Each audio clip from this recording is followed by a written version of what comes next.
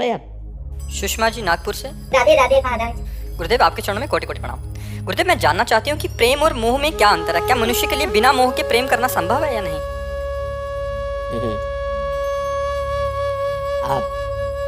आप आज भी प्रेम ही करते हैं, मोह नहीं करते। जैसे आप पति से प्रेम करते हैं, पुत्र से प्रेम करते हैं, या किसी भी शनैही से प्रेम करते हैं, तो जब वो आत्म तत्व जो चलायमान चंचल था, वो जो शांत और अंतर ध्यान हो जाता रहता वही है। वो भगवत तत्व सर्वत्र व्याप्त है। अगर वो मुर्दे में न रहता होता तो वेन के शरीर का मंथन करने पर पृथु और अर्ची अवतार न होता। वो अंतर ध्यान हो जाता है, अंतरहित हो जाता है। तो आप जिससे परिचय किए थे शरीर, उसको जलवा क्यों देते हैं? जो अंतरहित हुआ उससे परिचय बिल्कुल नहीं था। और जिसको हम बहुत प्यार दुलार करते रहे, पति पुत्र या पत्नी या जो भी सगा संबंधी मान करके, वो शरीर सामने होता है, फिर हम शरीर से रति नहीं करते। कहते क्यों रखो ना 10-5 दिन। बोले नहीं, वो तो चला गया।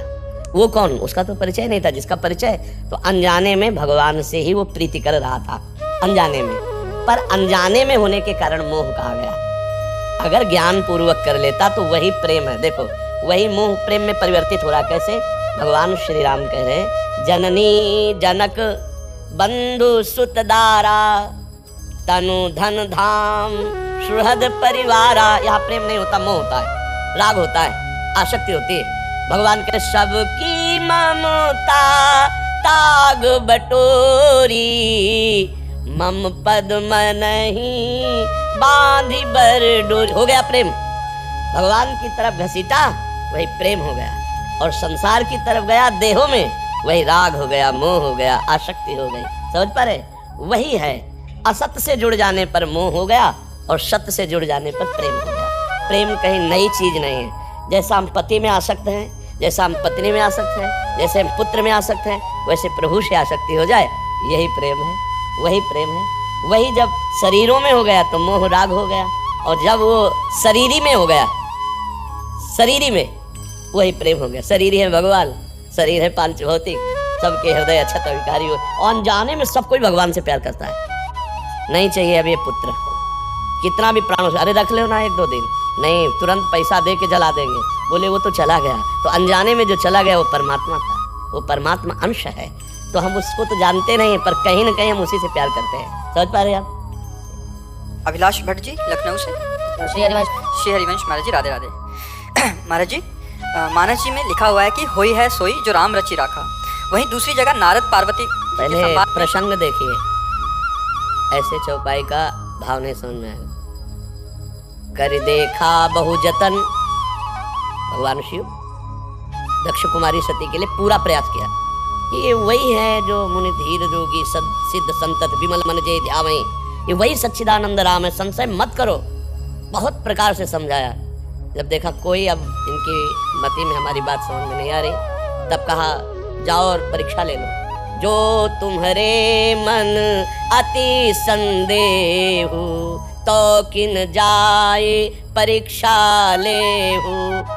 ही सोई जो राम रचि राखा, को करी तर्क बढ़ावे शाखा।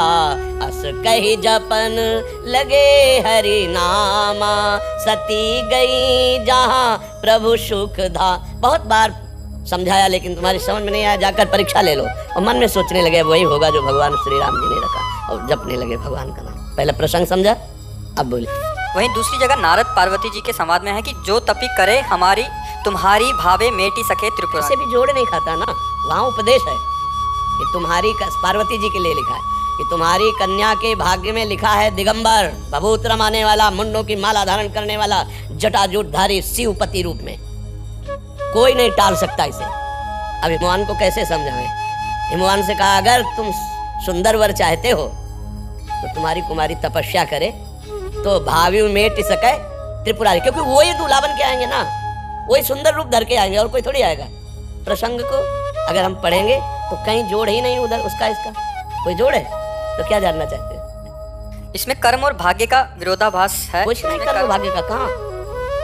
वहां प्रयास किया भगवान शिव ने, सती को मान लेना चाहिए, जगत गुरुपति भगवान शिव समझा रहे हैं, लेकिन नहीं माना। तब कहा आप जाओ परीक्षा लो जाके, फिर अब वही है सोई जो राम रचा।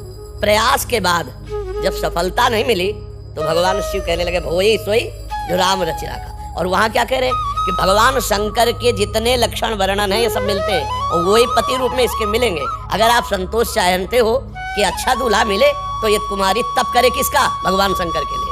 वही सुंदर रूप धारण करके कर्पूर गौरम दिव्य रूप धारण करके आएंगे तो वही वहां कोई क्रम नहीं मिलता उससे उपाय का, समझ रहे? हाँ, प्रयास करके जब हार गए तब हो सोई जो राम रचि राखा। और यहाँ वही पति भगवान शिव हैं, कोई टाल नहीं सकता। हाँ, जो तप करे तुम कुमारी तुम्हारी तो भावी मेट सके, बात वहीं तो आ गई ना घूम के कि जो मुंड माला धारण करने वाले जटाजूट धारे उनका एक सुंदर रूप है जो बिल्कुल कर्पूर गौरम बहुत करुणा अवतार है। इतना सुंदर रूप है कि त्रिपुर सुंदरी भगवती अम्बा मोहित है। इतना सुंदर रूप भगवान शिव, और एक भयंकर रूप है कि भूत मंडली के साथ जब वो अपने स्वरूप में आते तो विलासकारी देवता, वो तो भयंकर से भयंकर स्वरूप है और सौम्य स्वरूप है। तो बोले अगर तुम्हारी कुमारी भगवान शिव की आराधना करे तो बात बन सकती है, क्योंकि नारद जी जानते शिव ही सुंदर रूप में आएंगे। तो ऐसा ही हुआ, जब बारात गई तो आगे भगवान विष्णु का परिकर, सबको लगा ये दूल्हा होंगे। बोले बाराती, बोले जब बाराती इतने सुंदर तो दूल्हा कितना सुंदर। फिर ब्रह्मा जी की, फिर देवराज इंद्र, ये क्रम रखा गया था कि अगर पहले ही भूत वाले भूत प्रेत, जब भगवान शंकर को देखा तो जटाओं से राख उड़ रही थी, चिता की भस्म, फुसकार, सांप के मुन्नों की माला। हिमवान की जो पत्नी महिला थी ना, का विवाह कैंसिल बेटी को लेके पर्वत से गिर के मर जाओगे पर ऐसे दूल्हा के साथ ब्याह लेकर। नारद जी ऐसे दूल्हा के लिए तपस्या करवाई, उनके तो बाल बच्चा है नहीं, उनको पीड़ा तो है नहीं कि कैसे ये दूल्हा, ब्याह कैंसिल। हिमवान नारद जी से कहा सब कैंसिल हो गया। नारद जी गए भगवान शंकर से कहा बंद करो महाराज ने, विवाह नहीं होगा, बारात वापस लौट जाएगी, आप अपने रूप पे आओ।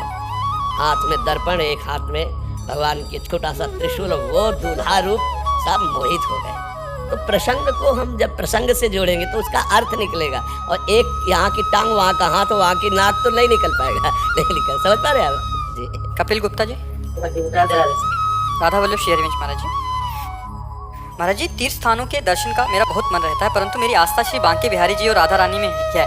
परंतु अब कुछ समय से जब बिहारी जी और राधा रानी से अलग किसी अन्य तीर्थ पर दर्शन के लिए जाता हूँ तो पहले जैसी आस्था महसूस नहीं होती। फ़र्क यह है कि जब से ये समझ आया कि ईस्ट एक ही होना चाहिए, क्या ये मतलब इनको समझ आया कि ईस्ट एक होना, शायद आपको तीर्थों का फल मिल रहा है। अगर बिहारी जी की अनन्यता, वृंदावन की अनन्यता हो रही तो समस्त तीर्थों के अवगाहन का फल मिल रहा है। भगवान में अनन्य हो जाना ही सबसे बड़ी बात है। तीर्थों के प्रति जो पावनता है वो भगवान के चरणों में, तीर्थपाद भगवान को कहा गया है, या भगवान के चरणों का चिंतन करने वाले संतों में, संतों को भी कहा गया तीर्थी कुर्वन्ति तीर्थानी, जहाँ चरण रख दें वहाँ तीर्थ बन जाए। गंगा जी जब भूतल पर आने लगी तो भगीरथ जी से दो बात कही। एक बात कही कि मैं जब अपने ब्रह्म वेग से उतरूंगी तो रसातल पहुँच जाऊंगी, मृत्युलोक में रोके